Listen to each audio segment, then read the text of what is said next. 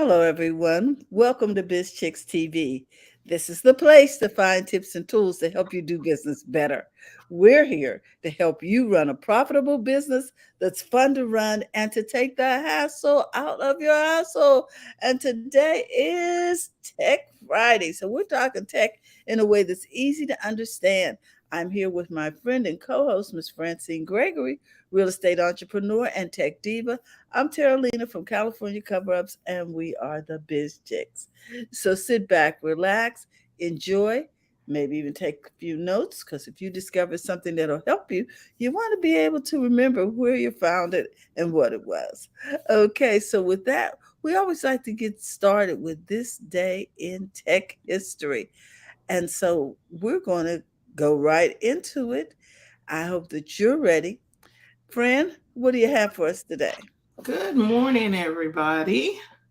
I am looking for something real quick here, but I think I found what I'm looking for. All righty.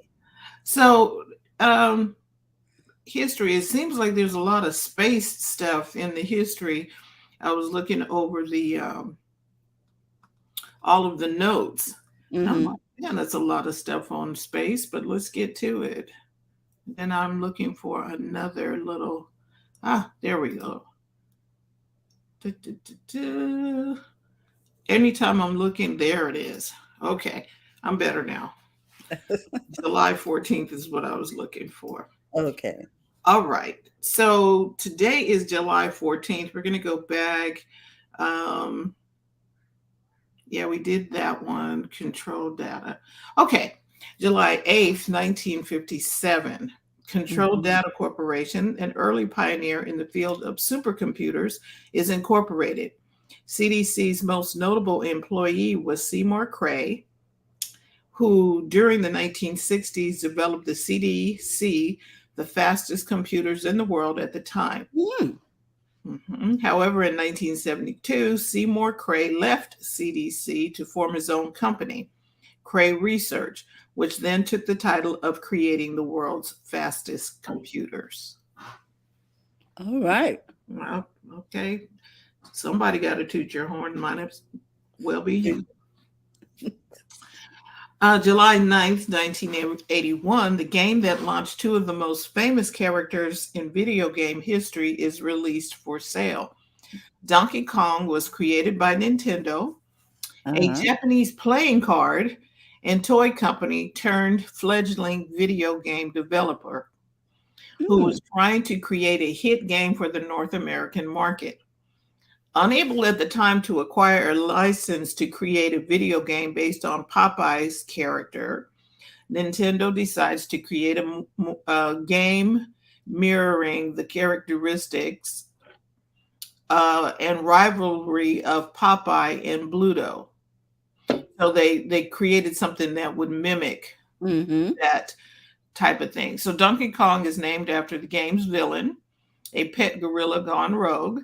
The game's hero is originally called Jumpman, but is retroactively renamed Mario once the game becomes popular and Nintendo decides to use the character in future games. Due to the similarity between Donkey Kong and King Kong, Universal Studios Mm. sued Nintendo, claiming Donkey Kong violated their trademark. Really?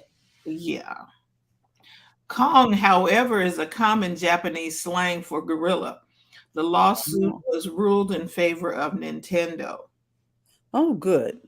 The success of Donkey Kong helped Nintendo become one of the dominant companies in the video game market. I love it. I do too. And somebody always got something to say. How do you trademark gorilla? I mean, come on. Right. It's a species. That's like Well, because they had King trademarking Kong. human. You know what I mean? Kong is a Mm-hmm. common Japanese slang for, okay, so they tried, they paid, it did not work. Didn't work. July 9th, 1997, Apple Computer announces the resignation of Gil Amelio as CEO. Having been ousted by the board of directors, Amelio's departure paved the way for Steve Jobs to retake the helm of Apple. Mm, Ironically, it was Emilio who brought Jobs back to the fold of Apple by purchasing Steve Jobs' company mhm. Next to use as the basis for the next Mac operating system. Then, okay, now we're into the space world. There we Um, go. July 10th, 1962, the world's first experimental international communications satellite, Telstar 1, is launched into orbit. It was built by Bell Labs and launched by NASA. Telstar 1 was a collaboration between the US, Britain, and France. Mm, Telstar, Telstar 1 introduced the world to transatlantic video feeds and ushered in a new era of communication. For example, in August of that year, Telstar 1 became the first satellite to synchronize time between the UK and the US, bringing them to within 1 microsecond of each, where 2,000 microseconds had been the previous most accurate effort.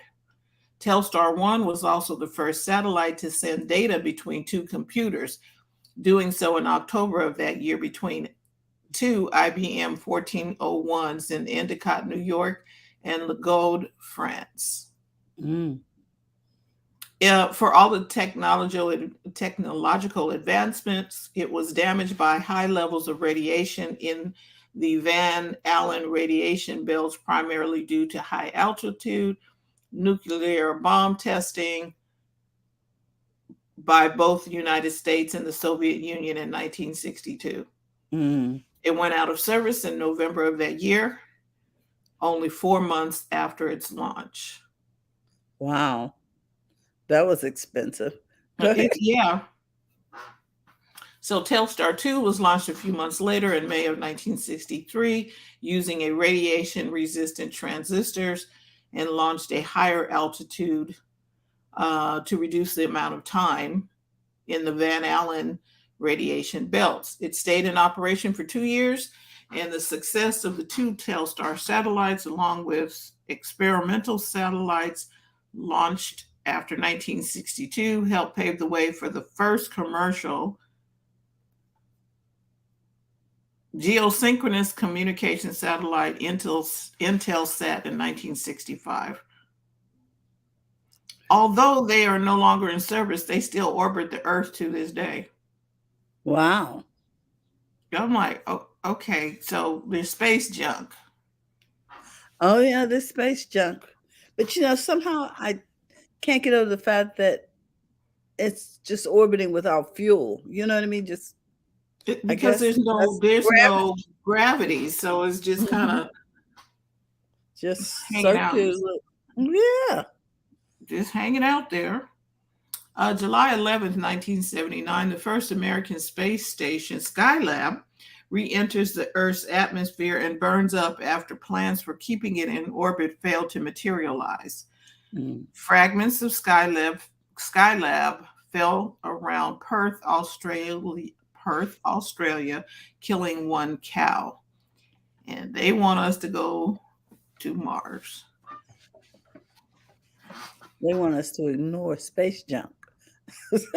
No, they want us to go to Mars, but they not getting some stuff right.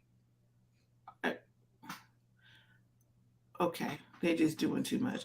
Another video game. Nintendo releases the original Final Fantasy video game for its Nintendo Entertainment, and this was July 12th. One of the most successful role playing games for the NES, Final Fantasy helped to popularize the genre and has gone on to spawn one of the most well known RPG franchises in history. Mm, hmm. RPG means role playing games. Ironically, the game's creator, Hironobu Sakaguchi, thought the game Okay. would be his last one, hence the final in the Final Fantasy. Had the game not sold well, he would have quit making games and gone back to college. And the author said, so much for that. Uh, I'm not going to do this one. Here's the final story. July 14, 1965, NASA's Mariner 4 becomes the first spacecraft to perform a successful flyby of Mars. And the first to send back photographs of another planet from deep space. Okay, wait. They didn't say what that other planet was. The photographs are the first showing details of Mars' surface, including extensive catering. I don't know. I'm not going. So We're not going down that hole. I'm not going to Mars. um, okay, so that's tech history, and now we're going to talk about tech that's making history. Okay. Um, Cigna, which is a well-known um, insurance company, That's true. they're using AI to revamp its internal recruiting system. Yeah, I was like, the new system has been a game changer for international recruiters, according to Cigna's head of talent. The healthcare company that employs over 70,000 people says that on any given day it's hiring 3,000 to 5,000 open positions.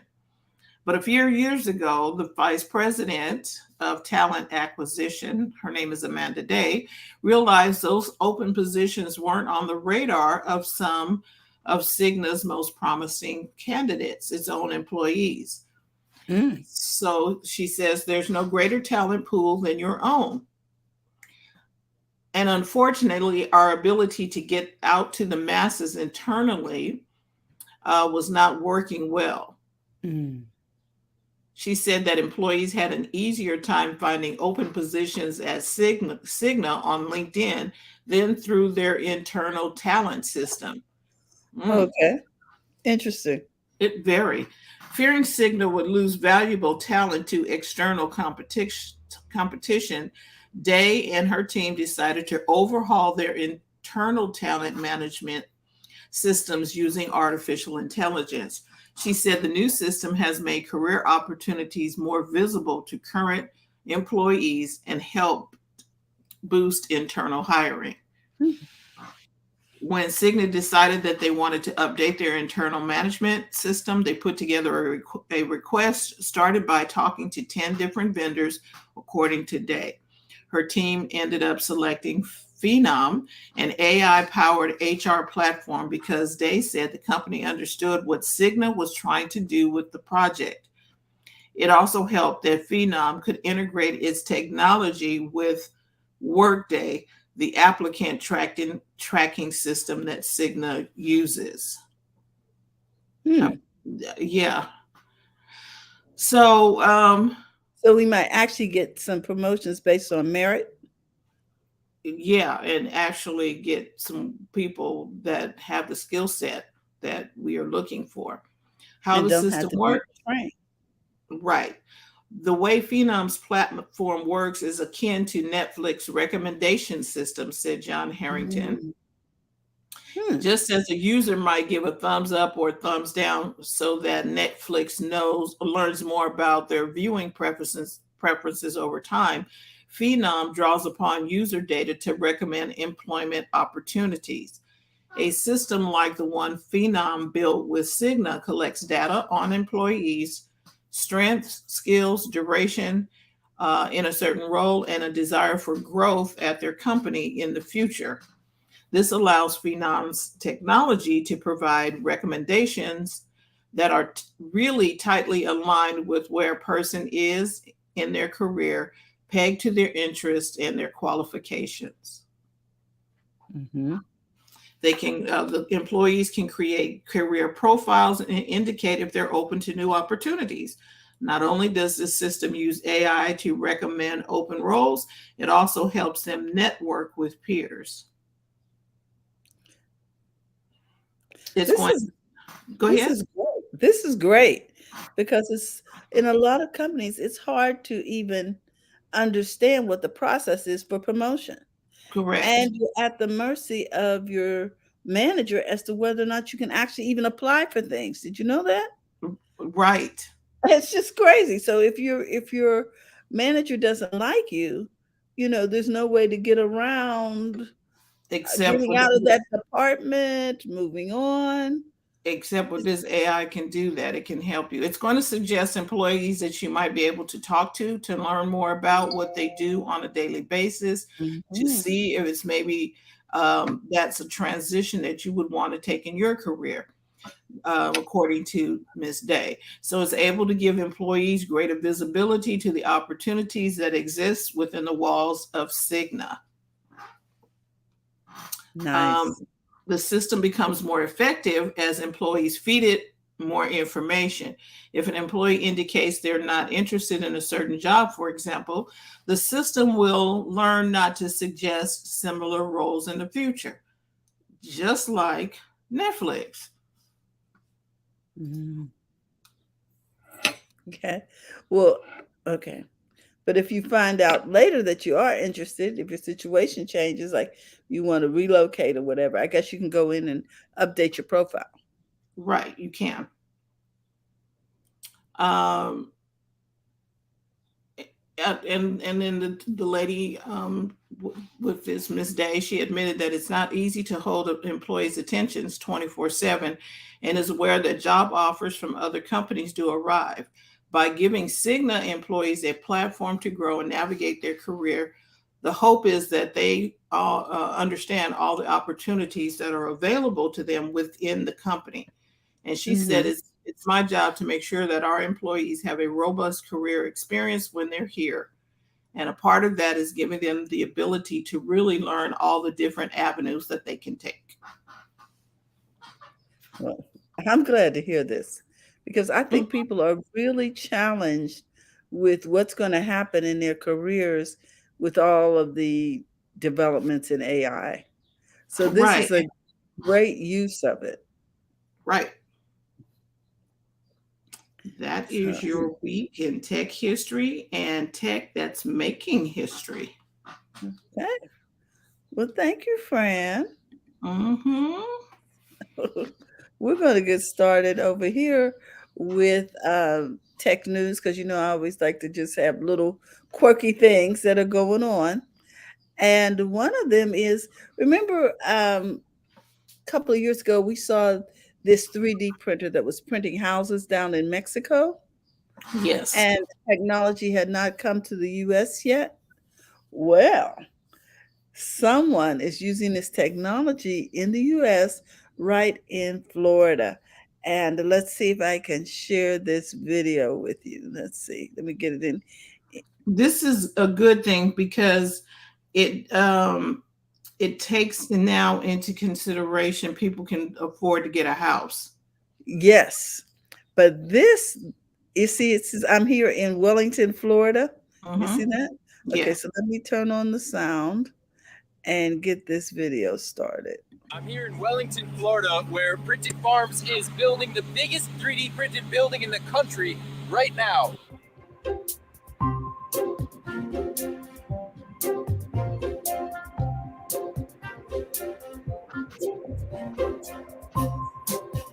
If you print too fast, your laborers can't keep up to do their job, cutting in the boxes, putting in the ladders, putting down this mesh. As you can see, we have a lot of integrated parts to a wall, and you can't go that fast. So we've got to do more of these prints where we integrate the printers, the delivery system, I call them, the generators.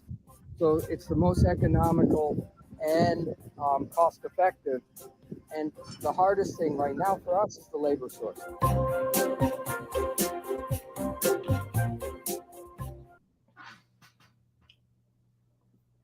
So now you're going to need to unmute. So now they are, They were building a horse barn. Those right. were stalls for horses. And I'm just like, oh my gosh, look how huge this thing is. See, the technology is there, and I am glad that it's available now because Mhm.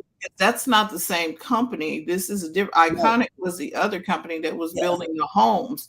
correct. Uh, and this one, but somebody saw what Iconic was doing, and now they're building other This, buildings. You don't have to be stuck with houses, and it's a 3D printed building.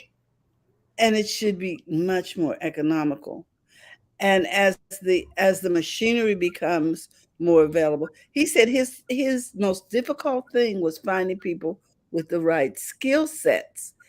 People seem to be very concerned about the takeover of technology. Um, and it reminds me of what probably happened during the Industrial Revolution. Who's going to Mhm. work the farm? Da, da, da, da. You know what I'm saying? The country's going to pot. What's going on? Um, You- when in fact, manufacturing turned out to be very important, especially during um, World War I and World War II. We needed to get things out quickly, uniform. And Right. And then there's always going to be the need for the human element. That's yes, not going away. So I don't, people are crying, oh my God, the machines are taking over. They're not taking over. Somebody's got to run the machines. The exactly. humans created the machine. So the humans are still going to have hands on. And it just means that the people, they're going to need to maybe get a new, um, Skill set, there you go, new skill set. or find a way to transfer those skills. Correct. So I was excited about this. I said, "Oh, look how huge this is, and it's going on right there in Florida." Good morning, TJ. Hey, Good TJ. morning. And Hello. this always happens. This stuff change. The stuff I'm talking about is change. It Mm. always occurs. So I don't know why people are surprised. Oh my God, AI is taking over. Well, AI is also helping a lot, and you can use AI to your benefit. Um, You just have to figure out how to integrate these things into our lives, and it's a process. so Right. everything. Dr. Chachi, are you there? Because I can't see your icon. I'm here. I'm here. Okay. I'm here. I don't know. Clubhouse is a blessing. Yes, it is. First, Because I'm like, I hear her, but I hear something, but I can't see your icon. But that could just yes, be yes. I'm here, okay. and I apologize for the air condition. I'm not turning it off. Oh no, well no, I don't even hear the air conditioner. Okay, good. Okay. Good. I wanted to say that often the people who are fearful of Mhm. these new technologies, whether it's AI or the radio, are people that Exactly. don't want to either don't know how or don't want to do the work to adapt and incorporate that into what they're doing. Because again, it's like, as you all have been saying, there are ways to incorporate AI into what you're doing and make it work for you where it's not going to take over. I think we have to remember, and I was watching Dr. Vibe this morning, and he had on two amazing individuals, and he has a book that has come out about AI, and he said we have to remember that we don't work for technology. Technology works for us because technology is created by humans. So Exactly. we start to talk about technology as if it's this unobtrusive, living, breathing thing on its own when we are the ones that control it. So, the thing is, we're blaming, if you're blaming technology, we're actually blaming ourselves because we're the ones who came up with it. So there are ways to do it. You just cannot be lazy. You have to do the work and figure out how to incorporate this in what you do rather than sitting and complaining that it's taking over your job. Yeah, things and people can only do what you allow them to do. So I just wanted to chime in on that because We are in complete control. I mean, until we're not, but we're in complete control now. We are. Agree. Yes. Agree. And it, Can I put go my ahead. little 2 cents in? So Yeah. so are we talking about people that can't accept the wave of technology as it is today? Is that the topic? I showed a video Mhm. on a 3D printer printing Okay. a huge horse barn in Florida. Life All size, like to scale. multi, Yeah. yes, with Okay. actual Where you live can horses. actually put the horses in Right. there. Instead of wood and hammers and nails, Yes, it did It was 3D. Kleenex. And so people are mad about that. No, we're talking about people who are fearful of technology and AI and how it's going to because take over their lives and da. Right. So we talked about this a lot, little bits and pieces. Mm-hmm. When the radio first started, people were afraid. right. Because I think there was was it an HD Wells something that Yeah. Dr. Yes, Jackie knows I what I'm remember talking about. that. There was a broadcast that Yeah. said that aliens would take, and people thought it was real because they were listening over the radio. Mhm. So Right. you have people that were fearful of the radio. So then from radio to TV, same thing. Right. From horse and buggy to cars, Yes, we brought all all of these things up. industries. Yes. Right. So industries must change, the world must change. So that's Mhm. why you as if this is something fearful to you, stay away from the topic. I Okay. that's my suggestion. So here's what I know. Fear comes because you don't have enough information. Right. You don't know something, so you're fearful. But if you Right. don't advance forward to and be proactive to go get Mhm. the information, go study it Mhm. out, That's it. you That's will the problem remain. right there. That what You you will. just said about seeking knowledge. There are some people Yes. that don't want to seek the knowledge because Right. they're afraid. But and I was going to put this quote up on my threads. I didn't do it yet. I was going to say everything that you want is on the other side of knowledge. Okay. And There you go. I the didn't fear. get a chance to post it because I've been doing a bunch of stuff. Mhm. But I was going to Mhm. put that up because everything you want is on the other side of knowledge. Right. There you go. It's there. And knowledge will eliminate that fear. Mm. But they don't want to jump that hurdle. Mm-mm. And I'm thinking, wow, okay. If there's something I don't know, I can sit here and still be afraid and bite my See, nails and the not thing is, do it. everybody has one of these. Yeah. Right. And it's So called what's your G. fear? Okay, G, Bing, and whoever else, Firefox. So this is my thing with and this is talking about threads because this Mhm. is the topic of the week. So I've been saying that if this was the argument that threads can get your financial information and your health information and your this and your social security and all that stuff is fear mongering because I'm like, do you have a Facebook account? They already got you.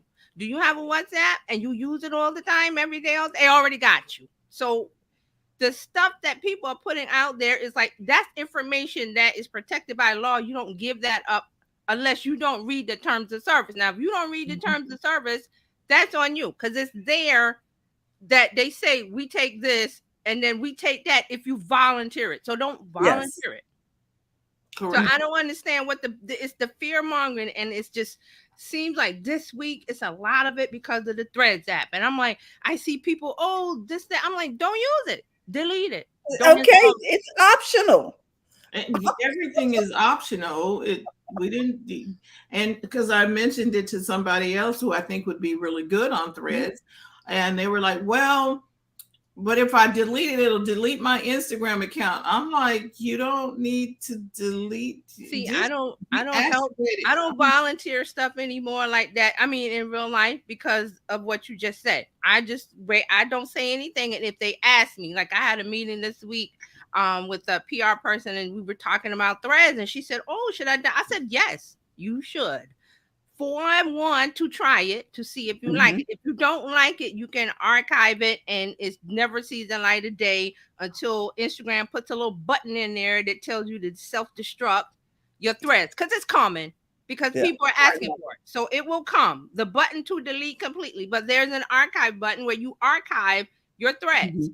No one sees it but you. Okay. Then I said, two, because you're in PR, you need to be on top of the latest things that's happening online. Just to Right. take, and this is Gary Vaynerchuk's line. He says to taste. That means Mm, I don't like mussels. Have you ever tried mussels? No. Then you mm, have to taste it to see whether you like it or not. Oh, I Right. don't like this dish. Have you tried it? No. How do you know? You're using somebody else's thought processes or the media or whoever to influence you. Right. So mhm. you taste it and you decide, I like mussels, I don't like mussels. I like this, I like that. But try it. But try it. So we were talking about that, and I'm like, don't listen to what the media stories are putting out because Mhm. that's fear mongering. You have to learn the discernment. You have to have a level of that in anything. Right. And I tell my daughter this all the time. I was like, she's like, oh, I don't. I said, try it. If you don't Mhm. like it, spit in the garbage. If you like Mhm. it, chew it up and eat it. Ooh, that's good. Mhm. See how easy that is?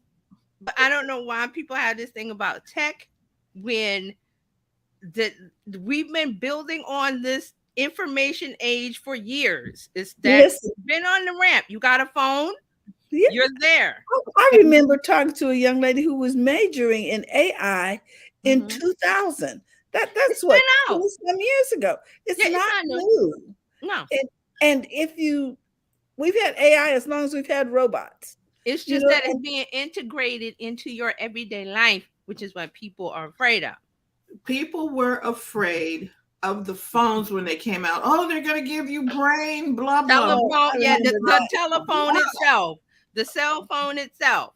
blah. Holding When it we up had to to your clay ear them. all day. Yeah. Mhm. So Mhm. I go listen. I taste for myself, and if I like it, I like it. If I don't, I don't.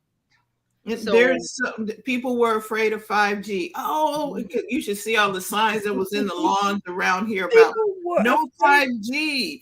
I was like, really?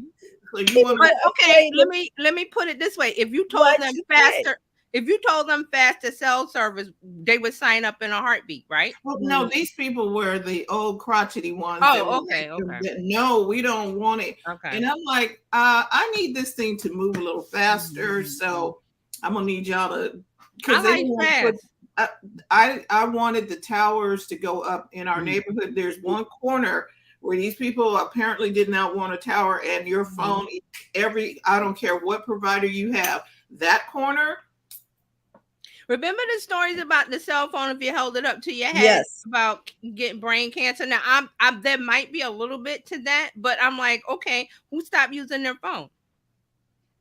All we did was when get AirPods and keep the Who phone over who there. stopped using their phone? Did you stop? Same thing with Facebook years ago, back Mhm. Cambridge Analytica, all of that stuff. Mhm. I'm going to delete my Facebook. Yeah, I remember that. Remember that? Oh my goodness. They didn't delete their Facebook. So I don't listen to what people say. It's the same thing with politics and voting. And they say when they ask people before they're going to vote, oh, well, what party you voting for or whatever. And they say one thing, they go in their booth, they do another. It's been Mm, proven. Proven. They say people say one thing and then they go do another mm, because they want to be seen as intelligent or there's a whole projection of how they want to be seen, and that applies to social media and being online. Like they want to know or be seen as intelligent, but they didn't really do the work of consuming the information. mm. So You you do the have you research. have different types like that. You have the people that don't want anything to do with it. You have the people that have heard about it on the news and they form an opinion without tasting or consuming or Mhm. reading, and then you have those that do Okay, that so do here, okay, I'm gonna go over here. God said, "Taste and see." He just didn't tell you to just take it. He I'm said, just "Taste it saying. and let's see how you like it. If I'm you just don't like it, saying. it's okay." Everything ain't for everybody. That's my mother saying. A lot of things she said when I was a kid, I was like, now all of those things are coming true. It's like everything ain't for everybody. Mhm. Be okay with that. Be okay with Right. that. If you don't like threads, if you don't like this, I don't use it. So I don't use it. And I don't complain, but I don't go online complaining about, oh, that WhatsApp is horrible. Oh, that WhatsApp is, I don't do that. I don't, if the certain celebrity or TV show or entertainment or whatever, I don't disparage it. I simply go Mhm. and look at what I want to look at. Mhm. It's simple. I don't know why people can't do that thing. They want to. America's a nation of whiners and complainers. They love to moan and groan instead of doing the thing that makes them happy. Well, I don't know if we're just a nation of moaners and Well, I'm complainers saying as the much majority, as not us. we The have majority of people. we have the opportunity for everybody to have their little soapbox. It's Yes. just that the soapbox has gotten But there much are people bigger. that their mission to wake up is to complain or gripe and groan about. That's why you see the videos. There's one now about a guy fishing in his neighborhood, and she said like 3 or 4 people came up to him and asked him all kind of questions and things. I'm like, why are you bothering that man? He's fishing. Your brain says, oh, that man is over there fishing. Why do you need to go and disparage him and say, oh, well, this pond is for neighbors only or people who residents only? He said, I'm a resident, but they wouldn't drop it and let it go. So it's things like that. It's like there's a certain segment of people, they just go out of their way to be nosy and to look at things and just complain about stuff. Complain about stuff instead of going helping somebody else or doing something you like and pay attention to that. I don't have enough time in the day to do that. Unless it looks like they're doing a crime, which fishing is not a crime. Mm-hmm. Is that a crime?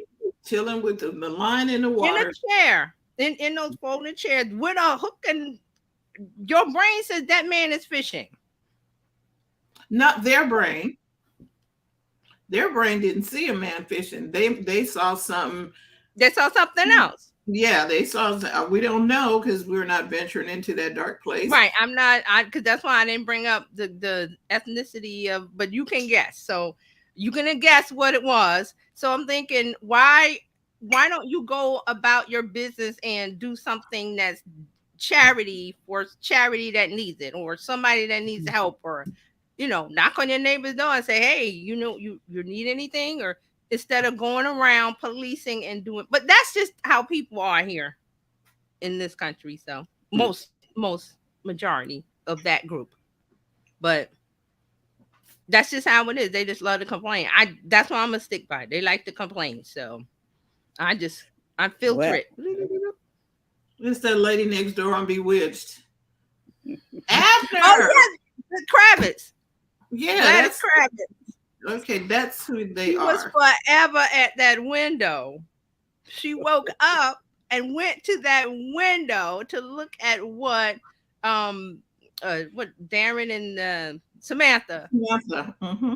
Oh, I saw a person pop it. Okay, just go about your business, lady. So, but that's it. That's how they operate. So, it's like, okay, all righty. Well, I believe you're up.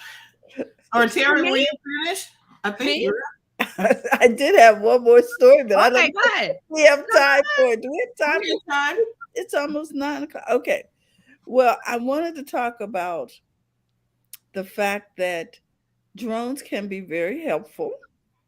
And let me see if I can get this up here so we can see what's going on. Let me share this. And this is all about this little drone. Wow. I know that is washing windows. Drone is cleaning windows. So let's look at that. The heavy lift drone is made to clean buildings as well as wind turbines. As high as 1,000 feet above the ground. So it does it so humans don't have to. The drone is being developed by Latvia-based airlines. The company claims this method is faster than having humans perform such cleaning tasks. It gets access to a water supply that is attached to it and connects it to the ground.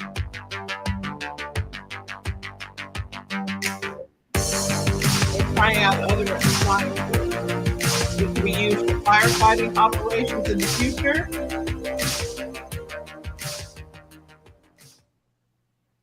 Okay, now that is technology that's doing something. Come clean my windows. Exactly. We need that in New York City. Terry, you need to unmute. That I'm sorry, and I saw one where it was cleaning windows in a hotel. You know, so all of this is an adaptation of technology. Right, because now the guys are not going up on the scaffold. Mhm. Scaffoldings. Accidents are nil now. Mm-hmm. Just Mm-hmm. the The send the drone up and down. Yeah. So there you go, guys. All those Oh, hard to that's cool. reach windows can be. That's a Just a business right Yeah, there. just a FYI, the old World Trade Towers. I remember they used to have there was a machine that went up and Up cleaned. and down, Yeah, crawled up it and didn't down the because there building. were grooves on the outside of it, so they had a machine that would just go up. I'm not sure if a guy was in it or if it was remote control or what, but they had it was like like the size of a car, and it would go up all the way up and clean it. I don't know what they're cleaning the new tower with. But Mm-hmm. I know Mm-hmm. some of the buildings here still have the men and they put the harnesses on and Sure. they go up but that's cool. Mhm. I like that. And see the retrofit, like you were talking about, Terry, would be the guys would need to learn how to drive the drone so that you're not going up the ladder. I'm the one Hmm. driving the drone. So you keep your job, Right. you just drive the drone. And learning how to hook up the hoses properly, how Mhm. Yeah. to program the sprayers, putting in the soap versus that. It's just an adaptation. So Okay, now that's I what I got wanted a to share. real quick just analogy. So remember Mm-hmm. when mechanics used to just use tools? Mm-hmm. Now with the computers inside of the cars, what did they have to do? They went to school to learn diagnostics to do the electronics for the computer Hard. chips and things inside of the Mhm. car, right? Right. So Yes. did the mechanics lose their jobs? No, they were retrofit training to, okay, we're not using the tools, although you Mm-hmm. can still use some of the tools they have to fix the cars. But I remember reading something about they were all going back to school to learn how to deal with the electronic Circuitry. system and the Yeah. chip, right, the microchips and the computers, and they were learning a new skill set. But they still mechanics. They're still Right. And working. there is still a need for older skills because Yes. it takes a while to transition to this expensive equipment, which eventually becomes less expensive as it's used more. And you know what I'm saying? So Right. there's a Mhm. transition period. Fear not, people. But see, here's another thing I want to add that a lot of people think about. Well, I have to the retrofit the training and this and that. A lot of places, and I know New York especially does that. They will get their systems and training programs to help you with that for free, Mhm. depending on where you live. There is, because the government, local government should realize that this industry is going to change. They need workers to have a new skill set, and then some places, if they're nice, they will do it for free or low Yes. cost or whatever, depending on whatever economic space you're in. So I see a lot of that, and it depends on where you live. So investigate that. See if there's some free training. An example for like seniors, like there's been forever for seniors to learn computer skills. There's always a free class somewhere at the Mhm. library or this organization or this charity, or somebody's always doing that because that group needs more help getting Mhm. on board. So Right. you know the help And is it's there. and it's an excellent business to Yeah. walk somebody through that process. You got a person needs to have patience Mm-hmm. because they're gonna fight. Some of them are going to like, I don't know why I gotta do this because the doctor that you go to is telling you that you have to log in online to Right. A see lot of things. everything. Yeah. Yeah. A lot of You know, things are there are a online. lot of navigational things that people need help with. Because I can remember I hadn't been downtown in a while, and I couldn't park because I hadn't downloaded a certain app. So you're sitting there downloading the app because the meter doesn't take money anymore. Da da da. Da, you pay through an app. Exactly. It's Wow. interesting. Yeah. Right. And that was a surprise because I hadn't been down to the park. And whoever is telling you to come downtown should include that little blurb in there. If you're parking downtown, you're going to need to download this app. Tell us that before we head down there trying to find a parking. And I'm sure that this app has probably been in place for years because I had no need to go down there and actually park. Right. If you're living in the outskirts of Sacramento, you don't care. But when you get it down into Midtown and downtown, because I went to go park somewhere and I was like, oh, what? Okay. And your card, they attach a card. And then I was like, oh, it was like 15 or 20 minutes before I was able to park the car. Exactly. Because you downloaded the app. I had already downloaded the app and made changes to the app. And so I had to redo something. I was like, okay. There we go. So life is changing. That's all. Okay. How about at Golden One Center, which is the arena where the Sacramento Kings play and they have concerts. So we were going to go see Andrea Bocelli. Okay. You cannot take a bag. If your bag was bigger than this, it wasn't going in. Okay. No purse, no nothing. If your bag, and then they're looking at this too. So if you're in, they had a fan, like a church lady fan. Yes. If your bag was bigger than that fan, you could not take it in. So either there was a line for people to either check it, like a coat check place. Yes. There was this long line, and we thought people were in line to get into the concert. Yeah. There was a long line for people checking in their bags. Wow. And the people you take a ticket, and that was not automated. The lady, she says there's a locker down there. The locker was nowhere near the entrance of the arena. Of course not. So there's a locker down at the end over there that you can put your stuff in. It's just like a locker, and it was an app for that. And it was $6 an hour or something, but I wasn't standing in that line missing the concert trying to. I walked my happy self down to the thing, downloaded the app, shoved my bag in there into the locker, and went to the concert and watched all them people wait the concert because they're in line.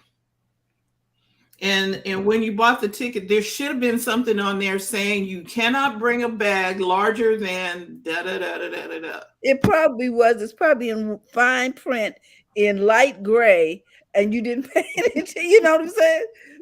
Because they don't want to discourage people from coming to the concert. Right. And them tickets for Andrea Bocelli was not cheap. So, but the lady had a little sign, if your bag is bigger than this, you're not going to be able to bring it in. And people were like, what? But our medication is in it and blah, blah. I don't care. If it's bigger than this, you're not coming in. I mean, that bag can't come in. And so people were bewildered. And all these people that were in that line were 60 plus, I believe. So they weren't ready to deal with the tech to put it in the locker. That is just shameful. Wow. Huh? They were doing the whole, okay, write your name and whatever, and they got a ticket, like a literal paper it's ticket. Called coat check. It's like an old clerk room. The coat check had three umbrellas where you can in that line. We were like, man, what is happening over there? It was the coat check line. You can check your bag here. I'm like, well, see, but that was a good business opportunity for them. I was thinking, if I had a cart, I could have locked them up and waited for them. Okay. It's better than throwing your stuff out like it at the airport, though. Mm-hmm. True. Mm-hmm. So anyway. Okay. You ready for this week in tech history? Yes, we are ready for you, TJ. Okay, so this weekend, social media news and updates. Let's start with Snapchat. Snap is teaming up with Linktree to let users include links in their profile. So Snap has announced that it's rolling out an integration with the link in bio tool Linktree. So everybody knows the Linktree. That Linktree is you, famous, it's man. one of many. So Snap is linking up with them to let people show off their work and other profiles on Snapchat.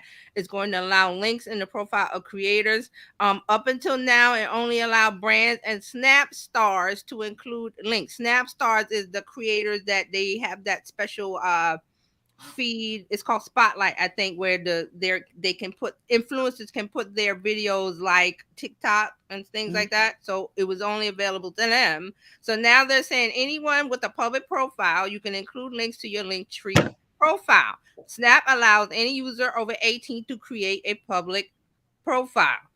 Oh, excuse me. So you go to your public profile, you click on edit, select website or link tree, and then you set it up from there. So they're saying it will let creators show off their Snapchat profile on their link tree page with a social icon and a button that says add me on Snapchat or any other customized phrase. So you can change that add me on Snapchat. And they're saying that with this integration, Linktree is offering 3 months of Linktree Pro and premium subscriptions, including extra features like email and phone number collection, embedding their latest tweets and YouTube videos, and NFT lot. Now, the tweet thing and the NFTs, those things have cooled off, so I don't know how much of a selling point that would be, but definitely the YouTube videos. And so now, but this is so now if you're on Snapchat, there's a $3.99 Snapchat account thing, plus the it's only free for 3 months. So Right. then there's another charge for the Linktree Pro. Linktree is Yeah. free. Then they have a pro version with analytics and different things. So they're offering 3 months of Linktree Pro if you want it with this connection. Okay. All right. Okay, so WhatsApp is putting out more sticker offering. They're introducing an animated sticker based on user avatars. So they're allowing users to create personalized avatars using their own selfies, and they're going to make this animated version into the app. They're saying that if you're in the beta version of WhatsApp for Android, they've already showcased this feature. The stickers add a dynamic and lively element to conversations, enabling users to express themselves more vividly and make their interactions more enjoyable. So they're saying that this is a test, and they might include this feature in the stable version. There's no specific information on the timeline for the public release. So if you're in the beta, you can use it. So Meta is doing this because it increases the interaction and makes it fun, and then you use it more. And then what happens when you're in Meta's apps? Ads. It's sucked in and stay in. Okay. Ads. Oh, yes. Ads. Oh, I see While what you're you mean. sucked in and stayed, and they strap you to the chair and Yep. open your eyelids. Yeah, so it's a test. So if you're in there, it's called the Meta Avatar feature. You can and you will probably see this roll out some point to Instagram and Messenger and Facebook. Well, Facebook has it, I think, and then Threads. At some point in the future. Threads is not ready for this kind of stuff because they got other things.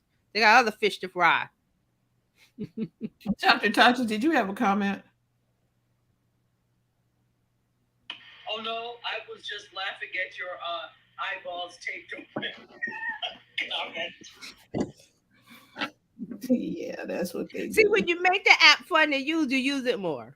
Yes. Yes. Okay. Now, see, that is brilliant. That's their thinking. Make it fun to use. Everything's gamification now. It has to be fun to use. People want pleasantry. You see the death of Twitter. People don't want that kind of conversation. Well, there is a place for news and politics and conversation. It's just that over on Twitter, you have a contingent of people that are just mean and okay, yeah, that was the word I was going for. Mean, ugly, hate speech, and they love it over there. So we're like, okay, you guys can have this little cesspool of Twitter, and they moved over to Threads, and I'll talk about that in a minute. So let's get let me do some other things before we start talking about Threads, which is the biggest news of the week. All right, Okay. YouTube has added video title suggestions. It's an AI powered tool. Remember last week they had another AI powered tool to create quizzes for your Yes. video. So now they have an AI powered tool that will suggest video titles for you based on the video transcript and the description. Now I So like that better. yeah, so Much if you use TubeBuddy or you use vidIQ, that's kind of like what it is, because those tools have those programs or platforms have things. When you sign up, they help you AI to create titles and descriptions and keywords and stuff like that. So they're putting that into YouTube. They're saying the new title suggestions will appear below the title field, and when you upload the video in YouTube Studio, it makes it easier to come up with more effective titles to draw viewers in. And of course you want to use what YouTube suggests, because they know what people are looking for. I was They know gonna what say, people are searching for. I'm like, that makes it easy. Mm-hmm. This, and I'm not fishing again, not what shall I say? Mm-hmm. What's the SEO and all? I don't have to do Yep. all of that. Just All of follow that the stuff. prompt. Exactly. So they're saying that suggested titles will be available within a few hours after you upload your video, because the Oh, system nice. needs to access the video and the transcripts and read Uh-huh. all of the text and come up with suggestions. Suggested titles are optional, and creators will still be able to go with whatever name you see fit, but it could help you.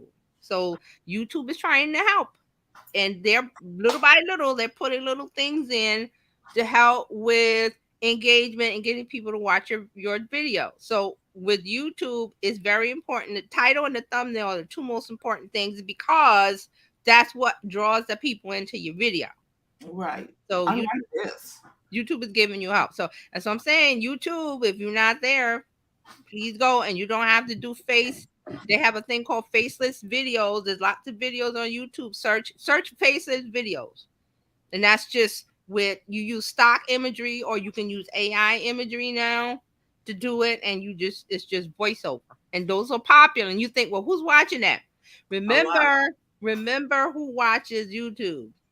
Gen Mhm. Z, 13 to 24. I think we talked about this. I saw another chart the other day about how YouTube is like the number one. And Don't think TikTok. and because Mm-hmm.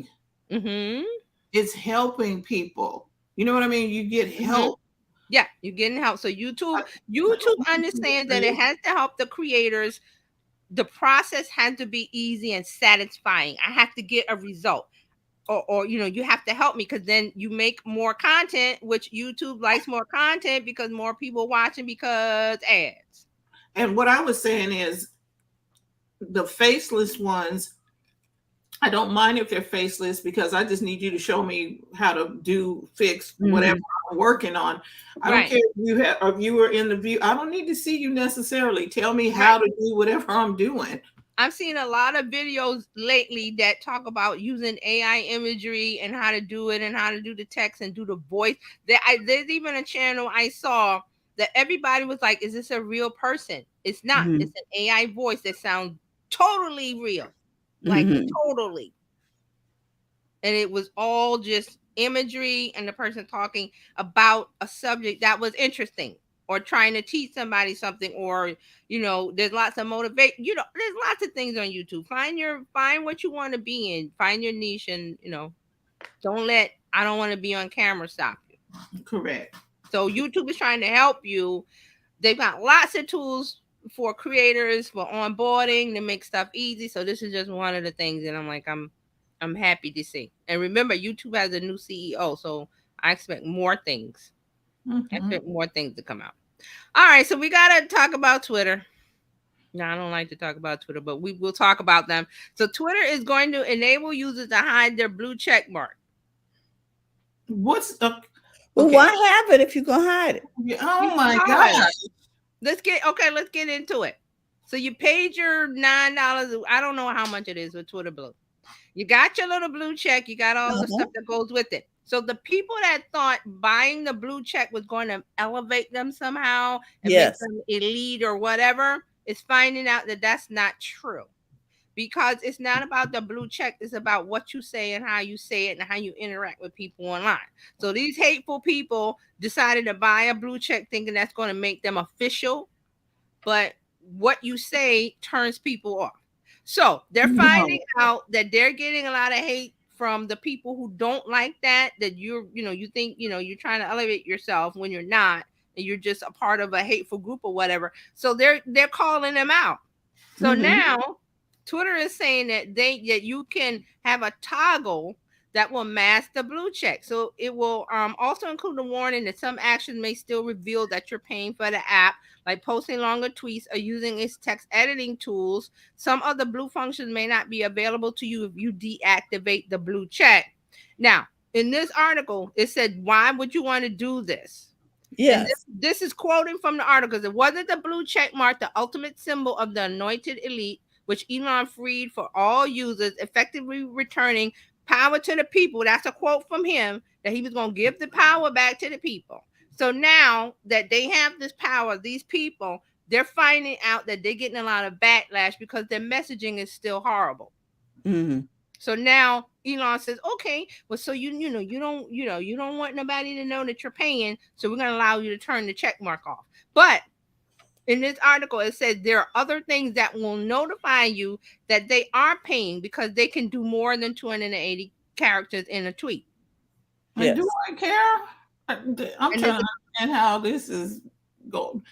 If you okay, TJ, supposing you had the blue check, you turned off the thing and you wrote it 180 characters, I don't care. Right. Me following you, I don't care if you had 280 characters, 1,000 characters. Right. But they're saying that this is because the people that are still hanging on to Twitter, and there are people that are still hanging on thinking that Twitter's going to go back to the old Twitter, where it was, everybody had conversation and it was fun. And that's not, those days are over. Once he bought the app, I said it's over. Now it's taken a long,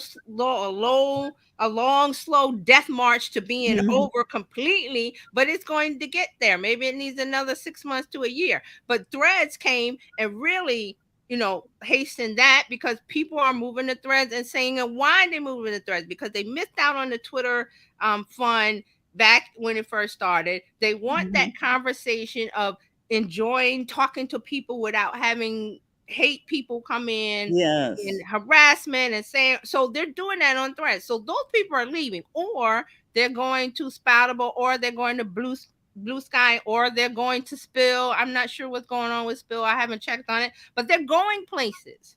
So they're leaving the Twitter ship. So that leaves the rats. Oh wait, the rats go down. The rats that pay the $8.99. So they're mad that we, the same people, have left the ship, and they're there talking and eating and killing amongst themselves, because that's what they do when there's no food. They eat each other. So that's what they're doing over there. And then Elon is like, okay, don't worry about it. I'll give you this little button and you could turn off the marker and then you'll be okay. But we've left the shit. We've left. The same people have left. So those people, crazy people, are having conversations amongst themselves. Everybody else is left. They haven't realized it. And there's a couple of sane people that are hanging on to Twitter because they're hoping that it gets better, but it's not.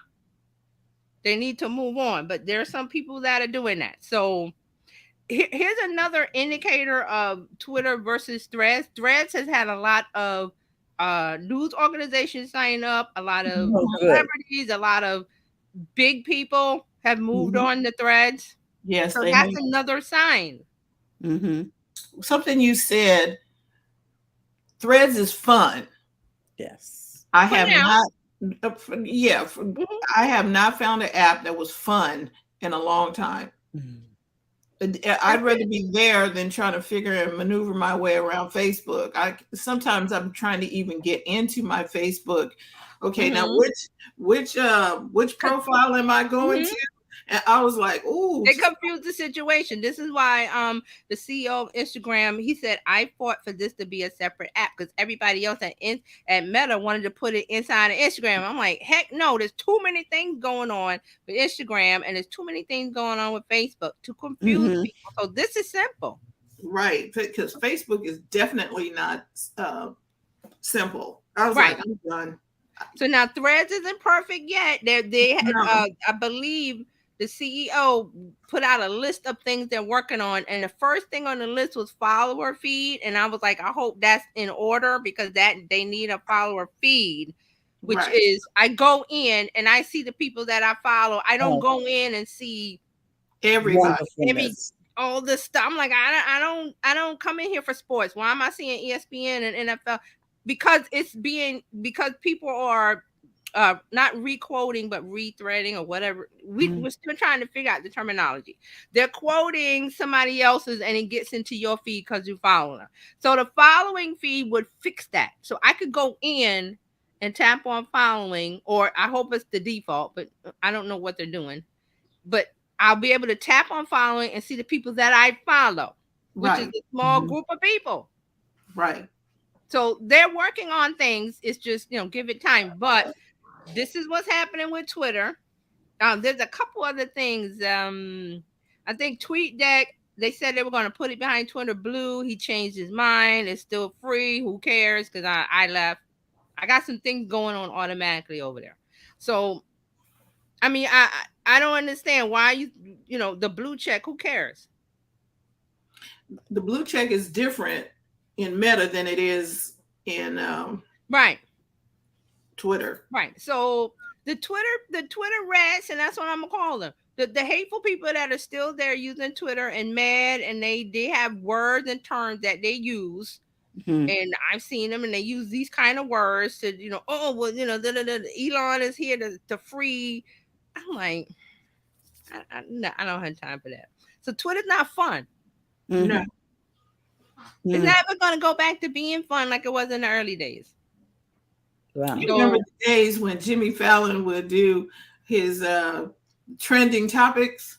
yeah, early days when things was fun and conversations and you could talk to somebody without them calling you a name or whatever they're doing now. Mm-hmm. So people have moved on, majority to Threads, but other places, and Mhm. you go where you want to go. Right. And I put up a post in, as a business owner, please get on Threads because you need to taste, to learn what we said earlier. Mhm. It's a place to get in front of new people, because I'm seeing with Threads is that, like I said, you will see Threads from people you don't follow because someone you follow has replied, or it says quote in the app, but I'm the terminology that they're going to use. The quote puts the person's thread in their thread, and if you're Mhm. following them, you see. So that's the connection. That's how you're seeing new things. Right. So as a business owner, don't you want to get in front of new New people? people. Mhm. Right. And you So mentioned this Tuesday. That's the name yeah, of the game is yes. attention. So you need to be And I know there's overwhelm of, oh my God, another app. This one is simple. You get in, you type a text, and you leave. Or you and get, Mhm. but don't leave, but you can interact with people for a couple of minutes and then leave and then come back. But Okay. right. it will suck you into conversations that used to happen on Twitter that are not happening anywhere else. Brands are on there having fun, like big brands like I saw something from Starbucks, DoorDash, and a whole bunch of other brands have a chain going on about something, and it's just fun to see. So Right. It that's really is. so you use it, taste it.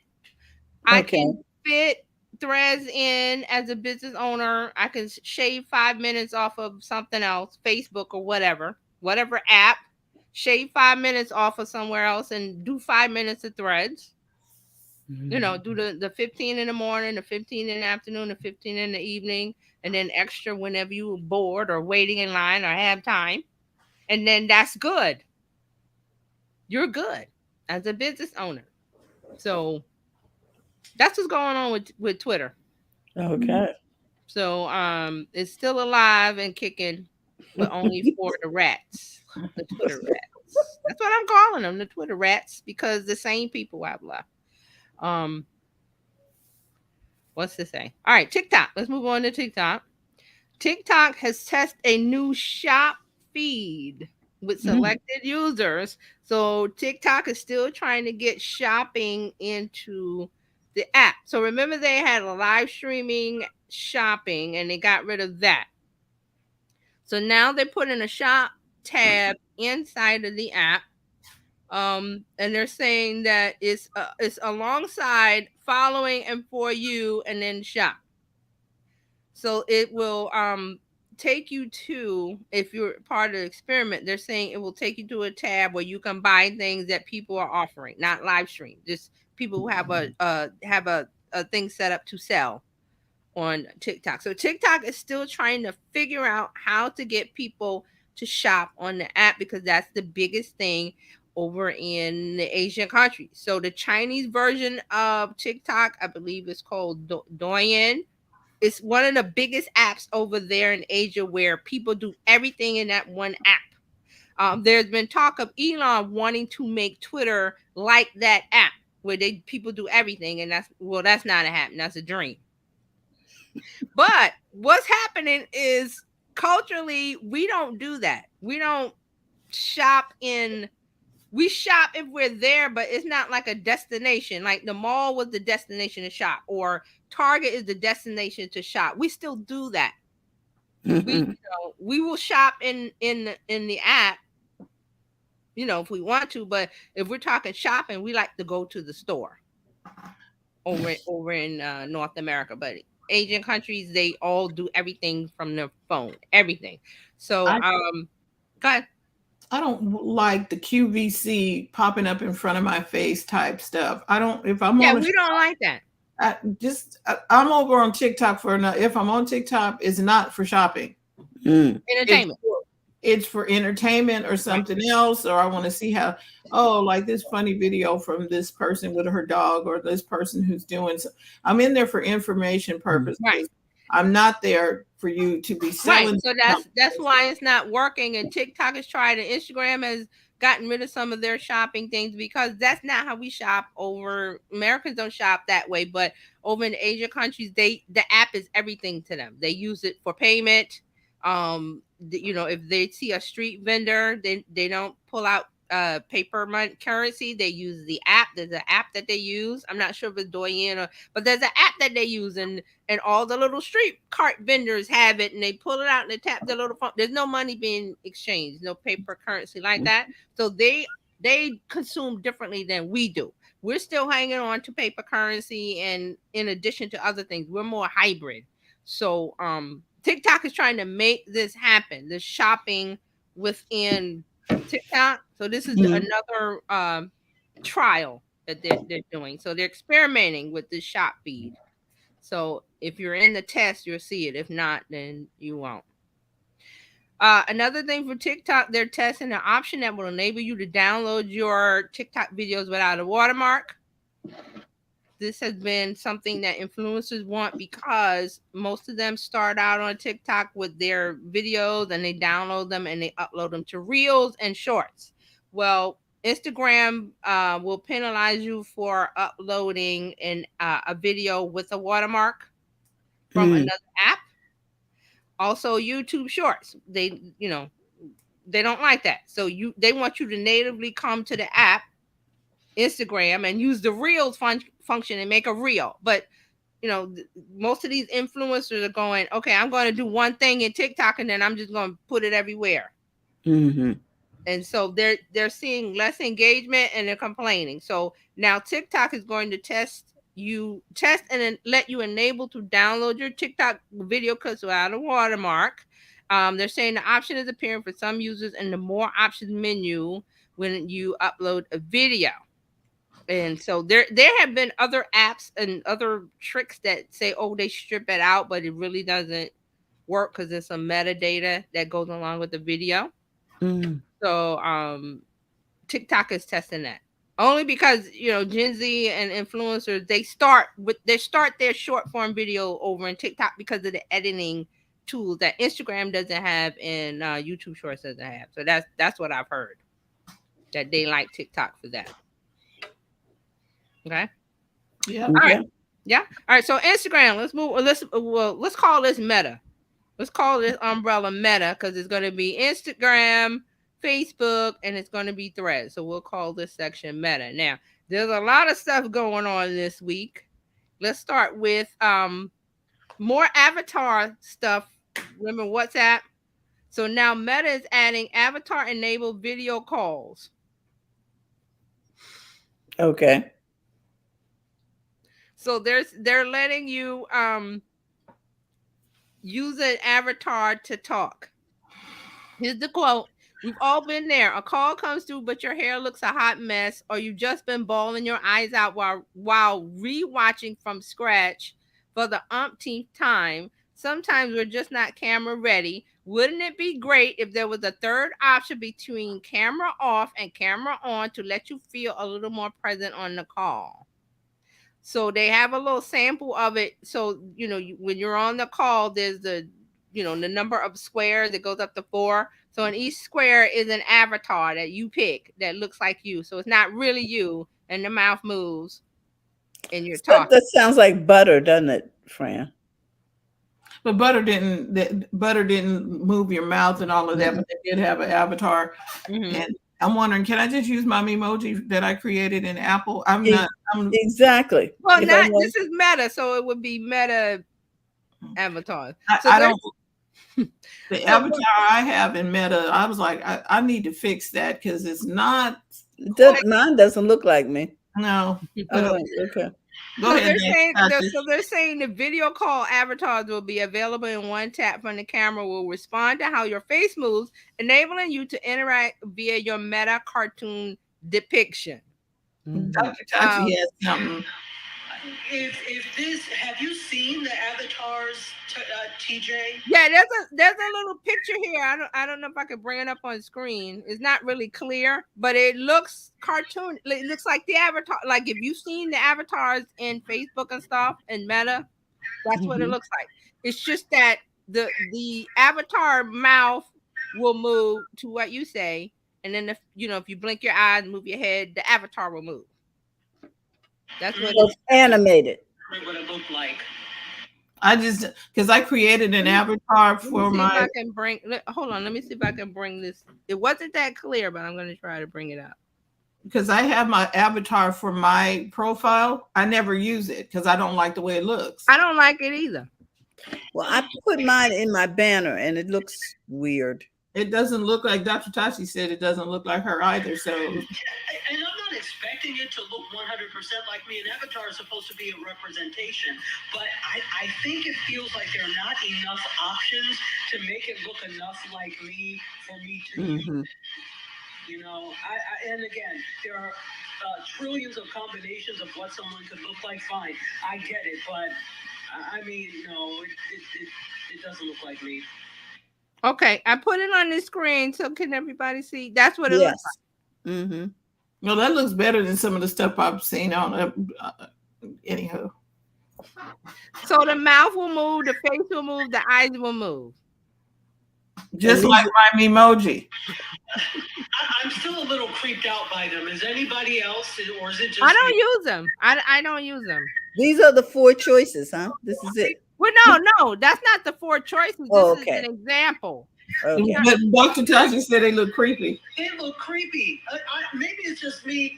I'm really not trying to be shady, but it feels artificial. Does that make sense? Yes, it does. It's supposed to be artificial, but it feels like it's artificial. It's one thing to be artificial and not look like it, but these look artificial. And it's a little creepy, but okay, you're trying. Okay, so do we have that? So I'm gonna take it down. That's an example. So it's going to look like whatever your Meta avatar is. Okay. Yeah. Okay. Okay. So let me read because I brought it up. This is from TechCrunch. So this is they're saying that Meta is testing an easier way to create avatars on Facebook and WhatsApp. We talked about that, where you can take a live selfie and receive a suggested avatar option generated from your selfie. Oh, you can pick from those options and personalize them to best represent yourself. So also the animated stickers will be in comments and on Messenger and different things. So they're saying that you can now share animated avatar stickers in Instagram and Facebook stories and Reels, Facebook comments, and one-to-one message threads on Messenger and Instagram. You can send stickers when your avatar is doing certain actions like waving hello, dancing, or slow clapping. So let me bring that up so we can see what that So, looks. so while you're bringing that up, they said something very key. They are using your selfie pic like they were doing with that other app that everybody was trying out. Yeah, I Mm-hmm. So that's what it's gonna look like in comments or Messenger or Okay. DMs And or. so the reason why this is probably better than the other people or the Mhm. other avatar that I have, because the other one is just like 2D and it's just there. This one is Right. more because you took a selfie and then Yeah. they're using your facial recognition, just like my emoji, which I have. In Let it. me just use my emoji to do the things that you're trying to do, but then you have to cooperate with Apple. Right. Mm. So now Meta is also saying that they're going to roll out the ability for users' avatars to hang out with their friends' avatars and stickers. Now, this is copied from Snapchat because Snapchat has already done this way back, where you and your friend you can make Snapchat stories and things with you and the friend, and both of your Bitmoji is interacting with each other. So they took that from Snapchat. So they're saying that you can now tag a few friends to Facebook stories, so you and your friends' avatars can appear in a sticker together. This is called social stickers, unless you share stickers of you and a single friend in one-to-one message thread. So this would be like when you're talking to each other. This is exactly what happens in Snapchat. And so they're saying, here's another quote about the look. No one wants to look like a cake pop, and now you don't have to. We're standardizing the look of our avatars across all of our platforms. So the way you show up in VR will match how you show up on Facebook, Instagram, Messenger, and WhatsApp. Not only does that mean your avatar will look a little more realistic, it also means you'll be better able to show off your outfits, since the focus won't be drawn to your comically oversized noggin. This is trying to be funny.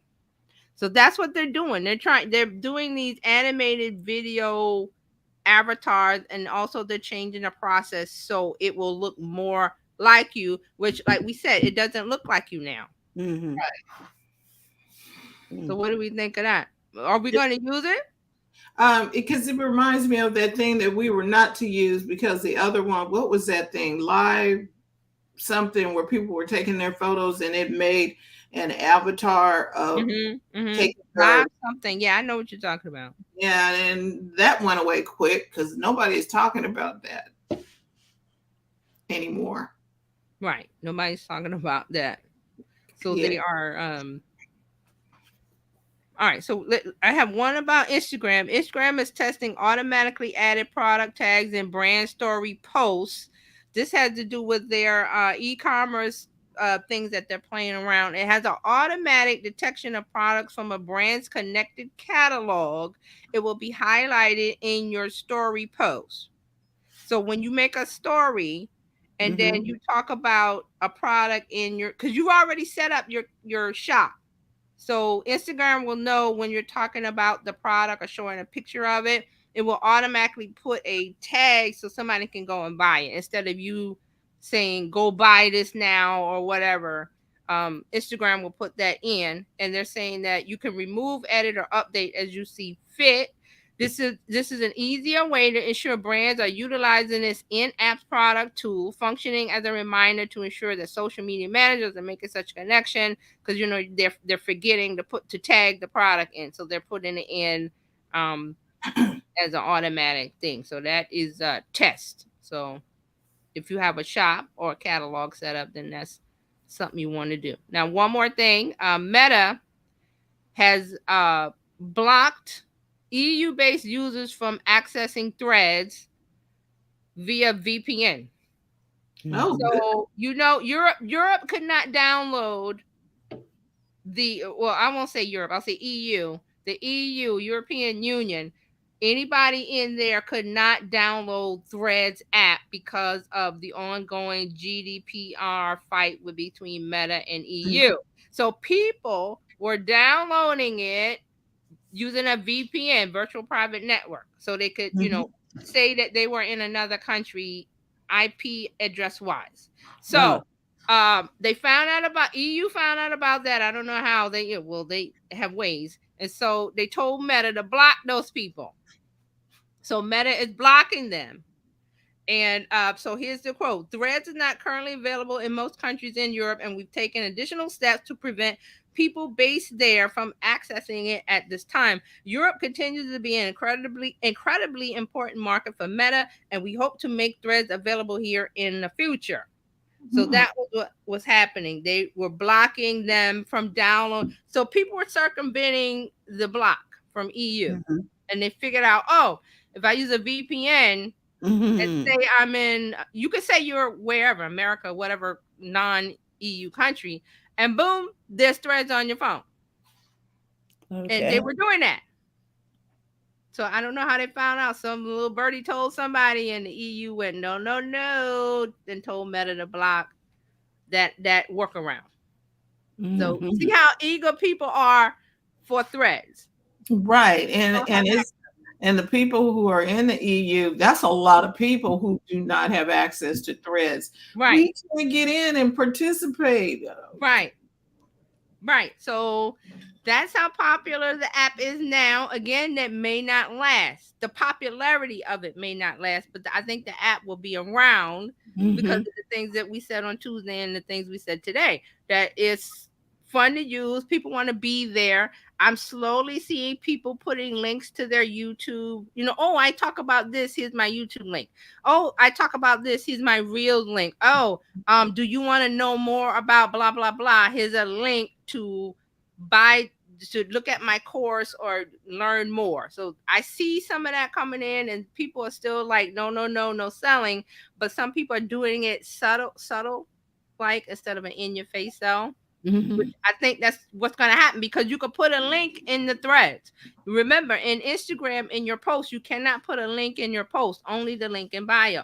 So on Threads, you can put links to your article. I follow somebody that writes to the New York Times or something, and they were like, oh, I'm writing an article about blah, blah, blah. Let me have your information. Here's a previous article I did, blah, blah, blah. And then it takes you to the article. So people are starting to use it. But that's what I'm saying, that be on Threads, because it's going to be a research tool. Okay. It's going to be able to get in front of new people. Yep. There's fun conversations going on. You may interact with somebody who you may not have interacted before. You don't have to follow industry specific people. You follow, it's interest based. Everything on social media now is moving to interest based. Even Facebook. Remember, Facebook was friends and family, and we talked about this a long time ago, that Facebook wants to move away from that. And it's interest-based, like Google Plus used to be, with interest-based. You joined a community or you joined a conversation because of the interest or the question asked, and everybody jumped in. So Threads is like that. Everybody jumping in the pool. So do you want to miss the summer fun at the pool? No. So don't listen to the naysayers and the people, oh, they're stealing your data. They're stealing it. You got a cell phone. Did you buy a smartphone from Verizon or whoever? They got your data. Do you have internet access at home? They got your data. They know every website you go to. Yeah. Everybody got your data. So I'm like, we're already in the pool, guys. So jump in. Try it. If not, then like we said, delete it. It's not for you. Nothing else to say. Okay, and that's your social media update, news and updates for the week. Woohoo! Thank you so much. Thank you, TJ. You're welcome. Dr. Tachi, you have the floor. Okay, sorry. Give me. Okay. Oh. Go ahead. No, I'm fine. But go ahead. Were you going to say something, Terry? No, I was just gonna say, I know it's been exciting the last 12 hours in media. I think it's been 12 hours or 24 hours in media. I'm sorry, say that again. I It's didn't. been an exciting 12 or 24 hours in media. Oh gosh, yes, even more so than normal. So we'll Mhm. get into that. And by the way, how's everybody doing? I hope everyone is well. I Okay. hope you're Now, handling that heat. yes, now your air conditioner is really kicking in, right? Yeah, yes, it's working really hard. I have central air, which for a lot, my house is 1950, and in Florida in Yeah. 1950, houses were not built with central air. So Right. Ah, we're lucky that this house has central air, but it's not working well. So I've been relying on the wall units. Thank God they didn't take those out when they did that. But this Right. wall unit is like looking at me like, okay, now. I don't know how much longer. So it's doing Working hard. it's working really hard. So yeah, just Good. like good people in media have been working. So there are a few things that I wanted to touch on here. Let's get to it. Okay, so I think we all know that the elephant in the room, and the interesting thing is because the nominations happen on Wednesday for the Emmys, the upcoming Emmys, Mhm. and we'll talk about that in a little bit. But it's interesting because everybody's looking a little side eye these days in Hollywood because there's another strike, ladies and gentlemen. We already know the writer's strike has been dragging on and droning on with no end in sight, and now SAG-AFTRA is now included in it. They are going to strike. This makes the first time there's been a double strike in Hollywood between the scribes of Hollywood and the actors since 1960.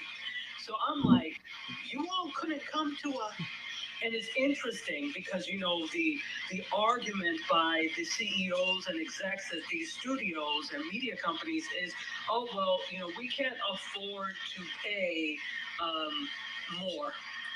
But then people are like, oh, really? You all know your salaries are public knowledge. So there have been all these lists of what the CEOs at these different companies make.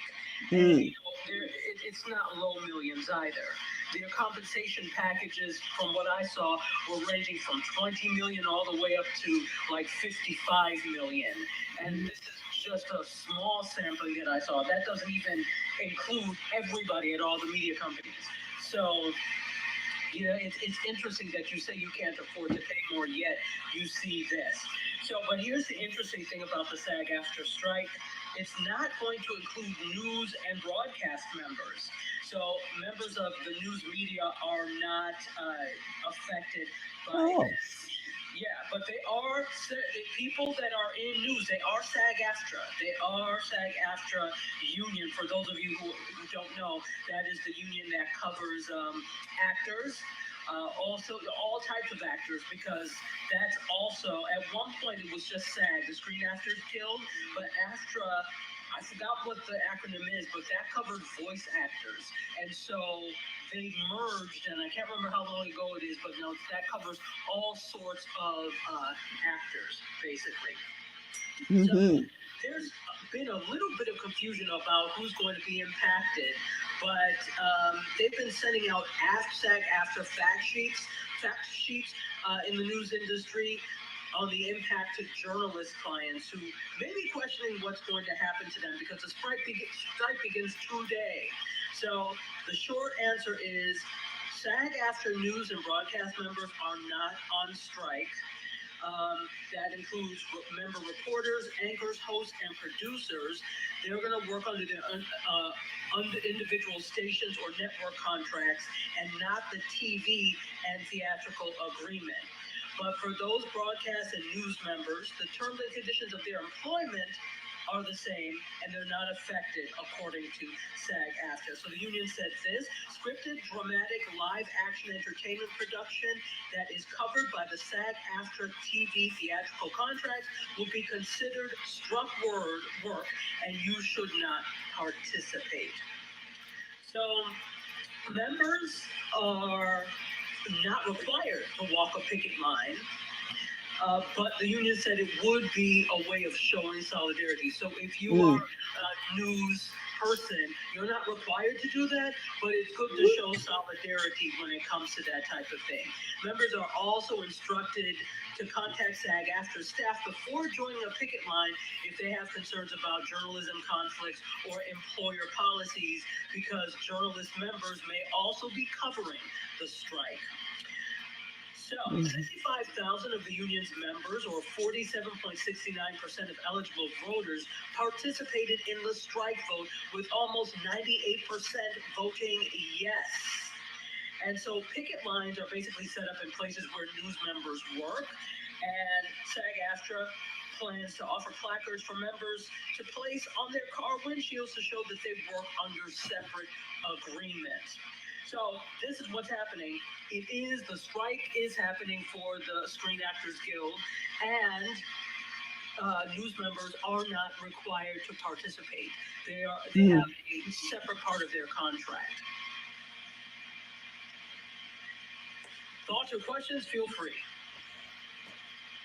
I'm just wondering, what do they really want out of this? Because I was listening to it this morning on the news, and they were talking about, the considerations for AI and compensation, and I just don't know what the objective is as far as pay increase, because allegedly, they're alleging that they're offering them a pay increase, et cetera, but I don't know the details.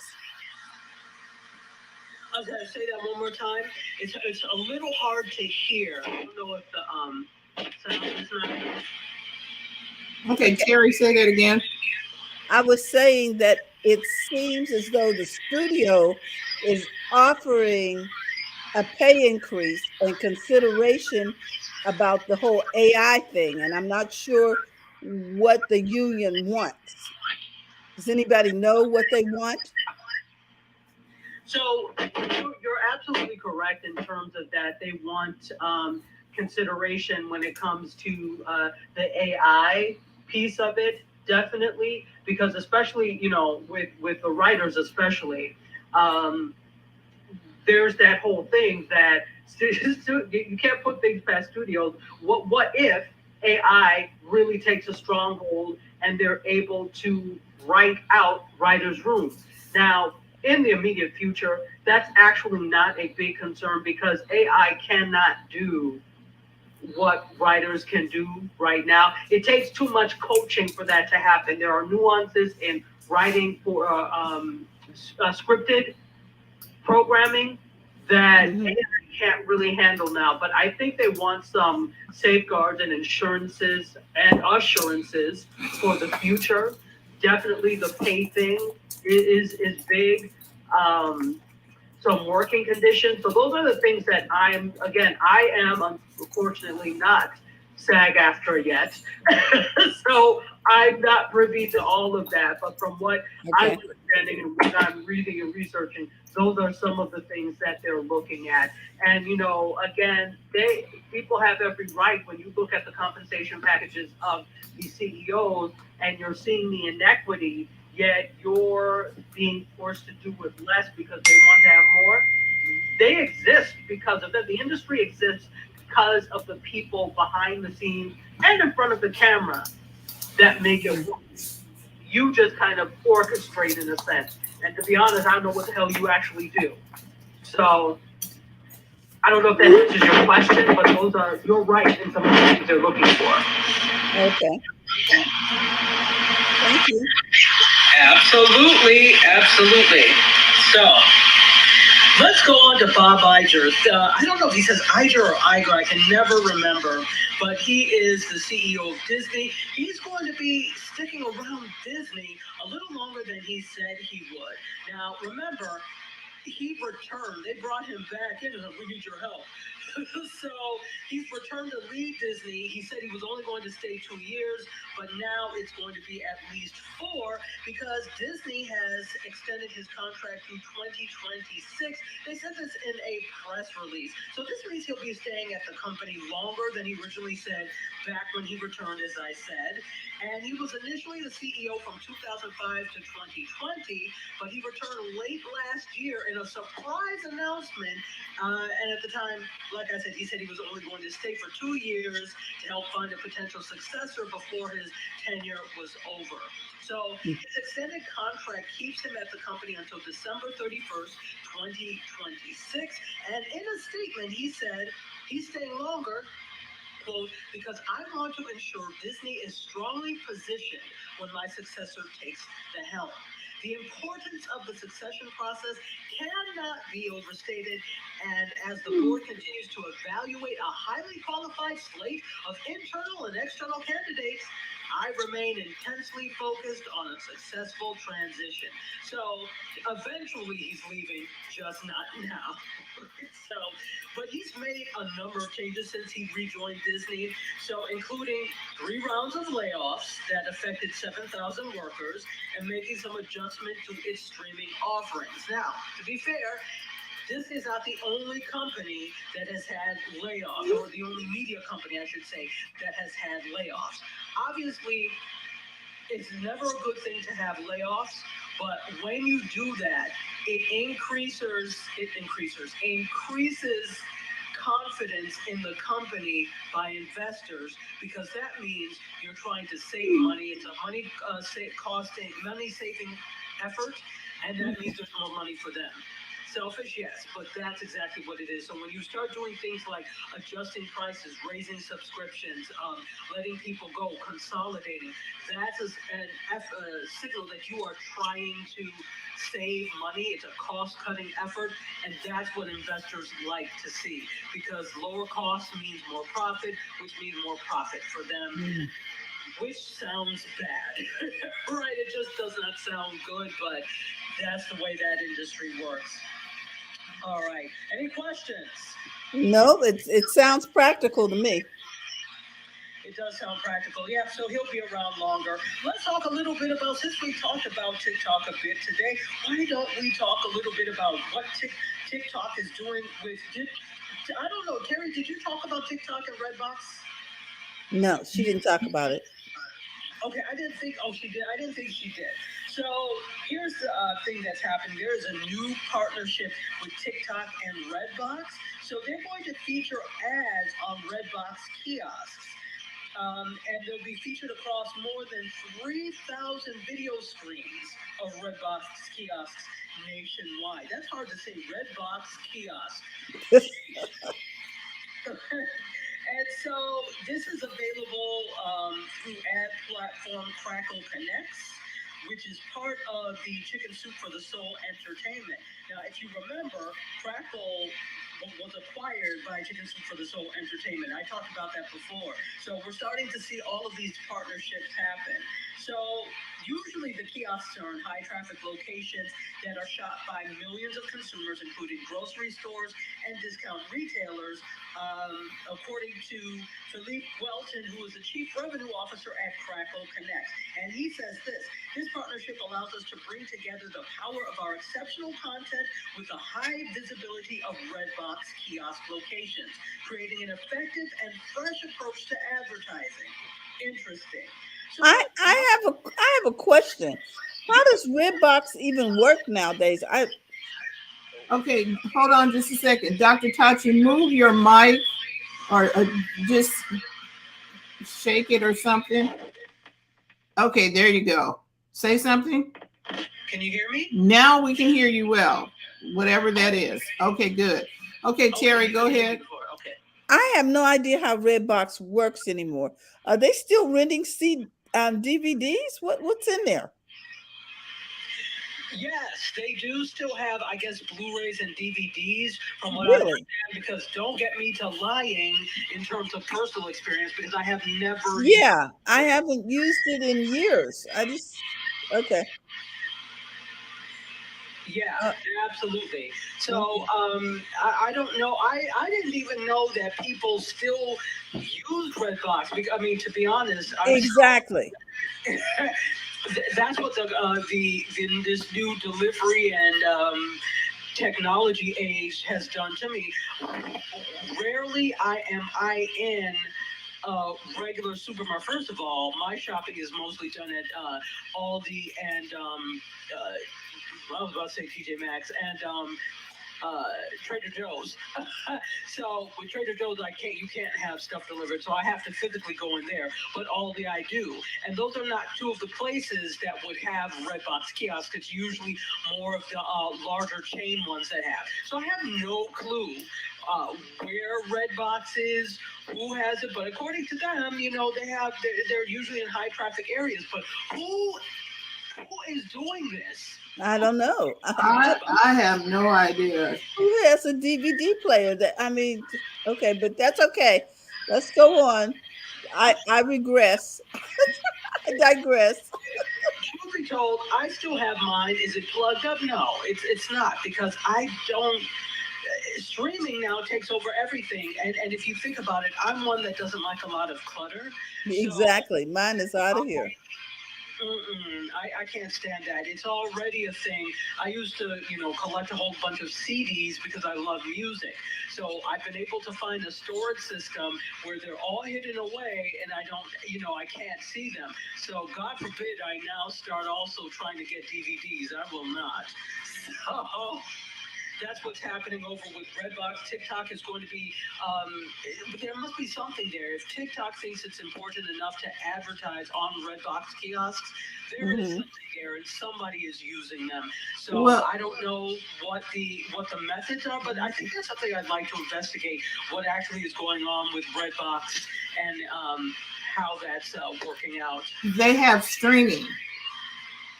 Okay. All right. But then what are the kiosks for? Well, they still have the kiosk probably for the people, because I'm on their help page. Kiosk transaction. They got Redbox streaming services, accessibility, visually impaired support, billing, renting a disc. Somebody, I mean, they have it, but they also have streaming services. And I guess, something, if you live out in an area that doesn't have Wi-Fi, I guess this is still a thing.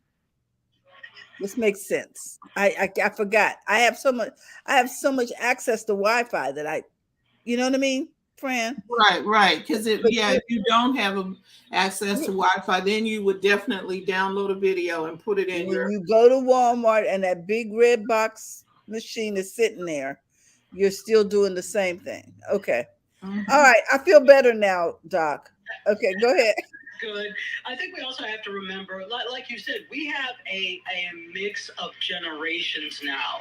A generation that has grown up completely digital, generations that are a mix of the analog and digital, and a generation that is completely analog that but still has exposure to what is digital. So we've got several generations here, and really soon, we're not at that point yet, but we quickly are approaching that, because there are still people that still love their DVDs, still love the physical medium, still love that. But as we go on, like I said, I don't like clutter. I don't want to be bothered with things. If my stuff can be stored in the cloud in the way of a digital file, so be it. That's what I'm going to do. But as we go on, that's what people are going to want. So Redbox is going to have to adjust their strategy when it comes to that. So we'll see. Okay. Let's talk a little bit about Vice Media. Speaking of paying executives too much. Now, Vice Media, I don't know that. Do you know that they filed for bankruptcy? Oh, wow, no.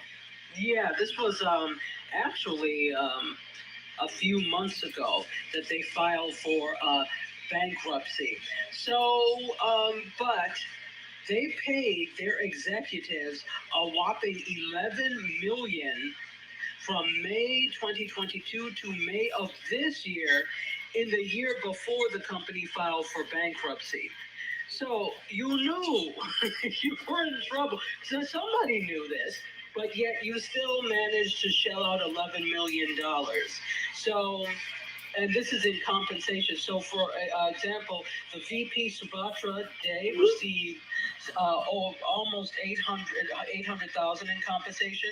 Chief Operating Officer Corey Hake, almost 800,000. And before his departure from the role as Global President of News and Entertainment, Jesse Angelo got 815,000 in pay, including bonuses. So again, while that may not seem like like a lot compared to the huge numbers at other places, remember this is Vice News. It's a smaller, or it was not just news, but Vice. It's a smaller output, right? And so the compensation is going to be smaller, but again, they're also making less. So to pay out 11 million, right before bankruptcy, that's terrible. So they filed for Chapter 11 in a prepackaged bankruptcy. So interesting, to say the least. Thoughts? What say you all? Okay, I didn't know who they were, so I'm not familiar with them.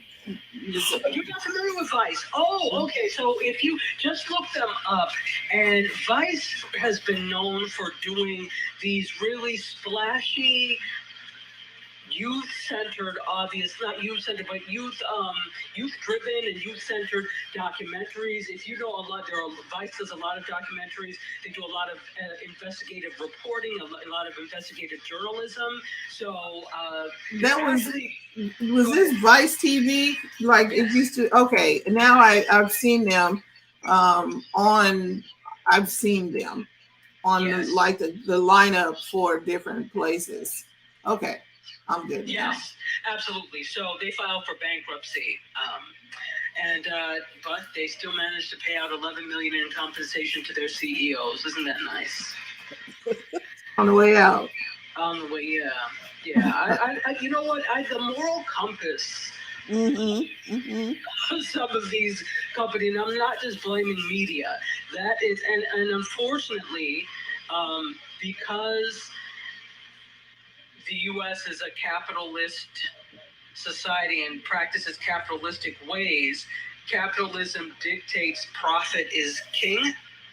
And so you do whatever you do to have that, even if it's at the expense of others or on the backs of others, which it most often is. I mean, I don't know how, like, I wouldn't feel comfortable knowing that you have journalists that probably will be affected, and they did make a lot of cuts. I can't remember the number, but Vice did make a lot of cuts and to their staff. So knowing that that's going to happen, knowing that these reporters and the people that make you work and float you, knowing that they're not going to have a job, how do you feel comfortable still taking X, Y, Z? Does that make sense? That I don't know how you can be okay with that, but as long as your God likes that, do you? Anyway. Yeah, this is, it said it's the ownership, and I don't know if this is true because this is Wikipedia. That owner is Walt Disney Company 16% and A&E Networks 20%. Yes, that is correct. Wow. That is absolutely correct. Yes. So they came as part of the cuts from Mr. Iger. Yes. Yes. So, yeah, a lot going on. Wow. So let's look at, I think I have one final story for you as we approach the 1 o'clock hour. It is 12:57 on the East Coast. Here's the thing. Now, this is actually tech, but it is interesting because what's happening is that this is affecting media and communication departments because many of us teach social media, right? So there's a new lawsuit that claims that the Texas TikTok ban is violating First Amendment rights. And the suit is actually arguing that barring professors at state-run universities from using TikTok is a violation of the First Amendment. So if you did not know, Republican Governor Greg Abbott announced a ban of TikTok on state devices this past Yes. year. So state devices would also include what? State schools or state universities, because that is government. Mm-hmm. There's a group that's representing university professors, and they're challenging him with this new lawsuit. The complaint was filed yesterday, and again, claiming that it infringes on their First Amendment rights. Okay. I don't see that going anywhere. Having been a state employee, if you're using their equipment, then they get to make the rules. It's not a public device. It is state property. So I don't know if you're going to be able to get away with that. So here's the thing. And I do say what you're saying, but the universities work differently from other governments. Okay. Government entities. They just happen to be state schools. Now, what is the thing with universities? The universities exist to further research in different areas, right? Yes. Not that they don't do research in different government levels, but this is different. This is social scientific research, and studying the impacts of these different things. Now, if I have a computer in my office on my campus and I'm writing research on TikTok and I need to be able to access it using my computer, technically I can. You are hindering my right to academic freedom. You are hindering furthering the field. So now there are only certain things we should talk about. It's tantamount to censorship. In a sense. So I see what you're saying, but I can also see as a professor how that will be problematic if this is your field. I have Go ahead. I have a take on this. The reason for the ban was national security. Correct. Because of the fact that they're spying and what have you. And so on that grounds, for national security, I'm like, nope, you're not gonna do it. Just because I don't need y'all all up in our business like that.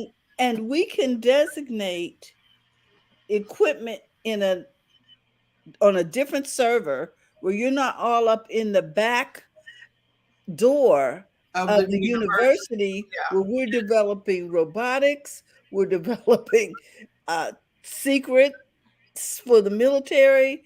Things are going on at places like Carnegie Mellon and MIT and et cetera, that are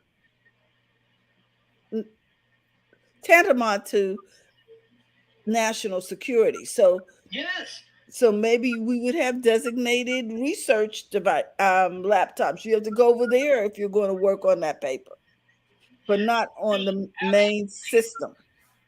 Absolutely, and I think that's fine. But again, knowing how they work in the state of Texas, I don't think that was their thought. They usually like to unilaterally just ban without asking questions and what is doing studies, because let's tell the truth, they're not intellectuals. Their behavior indicates that they're not intellectuals, and I don't think they care about intellectual endeavors. But what you say is an excellent example of a compromise that could be made. All right, yes, but all right, then use a VPN. Let's fix it over there. Yeah. Yeah, let's have a whole separate system that is not connected to this for that type of research, because this type of research is important. And so I'll say this after. This is what the Knight First Amendment Institute Executive Director Jamil Jaffer said in a press release. Banning public university faculty from studying and teaching with TikTok is not a sensible or constitutional response to concerns about data collection and disinformation. Texas must pursue its objectives with tools that don't impose such a heavy burden on First Amendment rights. Privacy legislation would be a good place to start. So they argue in their complaint that blocking TikTok-related research is quote, Republicans shooting themselves in the foot as studying the app and its effect on society could illuminate some of the widely cited issues surrounding data collection and privacy. Also, they say that the ban blocks professors' ability to use TikTok as a tool for instruction, whether that be pulling material from TikTok or instructing their classes about TikTok. So I think a unilateral ban of it's the same thing with ChatGPT. How just ban it. Well, study it first and understand how we can do that. This is why everybody doesn't need to be in charge in government, because if you can't have people around you that can see this, a flea can see this. Before you open your mouth to say anything, just take a minute, step back, and say, yeah, okay, national security is very important. I am not arguing that. But two things can be true at the same time. And for some people, they can't seem to walk and chew gum at the same time. You can still protect national security and study the effects that something has. But like you said, have a separate server, have something separate that is not connected, where you can still study TikTok, because you don't necessarily have to be plugged into your own for this. Exactly. Still study it without putting anybody at risk. And if you don't have the capacity to do that, then we're doomed. We are doomed if you can't do that. We're not very secure. So I think that there was another point that I wanted to say with this. So it also goes to follow that, and I don't know if they really care about that, because it seems like there's an assault on higher education to begin with anyway. But that could really distract from who you are able to attract to your university.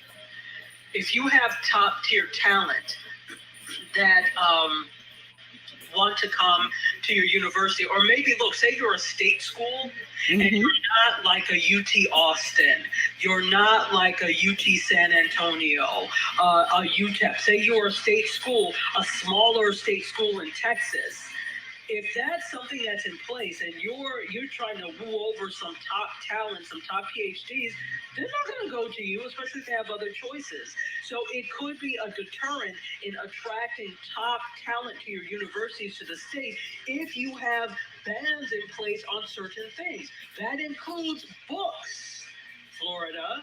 Okay, that includes all these types of things. So if you are banning material, any type of media, to be taught, and guess what? The people they have PhDs. They've been studying this for a long time and know better than you what is useful for pedagogy and andragogy, the teaching of people. They know better than you. So if you're banning that, and that's a thing, and it's important to me to do my research, I'm not going to consider an offer at this university. I'll go someplace else. In fact, I would avoid the state of Texas in general, because it shows me that you are anti-intellectual. Why would I bring there? And then the thing is, it's not just about bringing my talents. That means I'm coming there, living there, buying a house, or spending money. I'm supporting the economy of someplace that doesn't support me. So it's a bigger thing than just that. So I get it, but they need to find a way around that. It is, and I see this whole thing affecting a lot of things going on in these different states. A lot of physicians are leaving because they don't know if they're going to be accused of a felony. Now we're attacking teachers. So now is this going to end? Are they going to end up in jail too? I see the impact. And this morning there was actually a news report about a school district in California that refused to take history books or something because there was one page in there on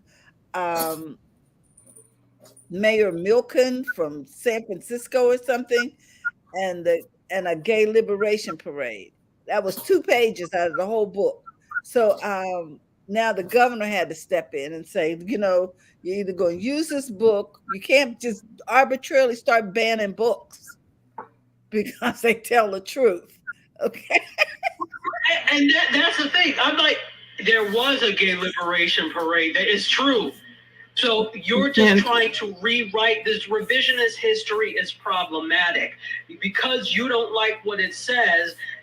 Okay, People didn't like people. There are people who feel uncomfortable with the fact that their ancestors may have enslaved people. So to make you feel better, we should not tell the truth. I'm sorry that that doesn't sit well with any jury or judge. Let's not do that. So this whole thing is going to be very interesting to see where this goes, but it has the potential to affect the trajectory Mhm. of the livelihood in your state. And you may say that, yeah, college professors constitute a very small part of the economy. You could say that, but they constitute the part of the economy that's responsible for educating the rest of the state. So let's not act like they play a small role here. And if you can't attract top tier talent because nobody wants to come to your state, that's going to have an effect on the future of your economy, even if you're too silly and stupid to see it. So And there, and there are quite a few HBCUs in Texas. absolutely. And I don't know how many of them are state schools. I know many of them are because with HBCUs, you're either a state school, a lot of them are run by different churches like the AME Church, the Baptist Mhm. Church, and then there are some that are completely private. So But then they have all probably taken federal and state grant money. correct, absolutely, absolutely. And so that's another thing to look at is that grant money affected because of that. And so this is a bigger call to action. It's a bigger thing than just that. It's a bigger situation than we realize. It really is. It really is. So yeah, no, it's going to be very interesting to say. And then you brought up HBCUs, something like this, especially at a state school. This is going Yes. to significantly affect the level of talent that you are able to attract anyway. And there already is an issue with funding at HBCUs and especially the smaller ones. And we're not talking about Exactly. like BizChicks and the AU Center and the Howards and the Hamptons. We're talking about some of the smaller ones like Barber Scotia, Harris Stowe, and some of these smaller Prairie ones. View. State, Mhm. yeah, Prairie View, exactly. If Mhm. we're talking about some of these smaller ones where we really depend on some of these grants and that type of thing because we don't have the what is it when alumni give the endowment, we don't have the level of endowment dollars that many of the other larger schools have. Correct. It's going to be, and then you need to, it's about, yeah, attracting students, but it's also about attracting top talent. If you're coming out of a PhD program and you're already at an HBCU, and most HBCUs are already known for their commitment to things like social justice and diversity, etc., and you're in a place where that's not valued, are you going to be there, and are you going to be able to attract that talent? So it's a big argument, but that's what I have for you today. Okay. Thank you. Well, you have definitely piqued our interest and our what would you call it? Expanded our thoughts for today. Right.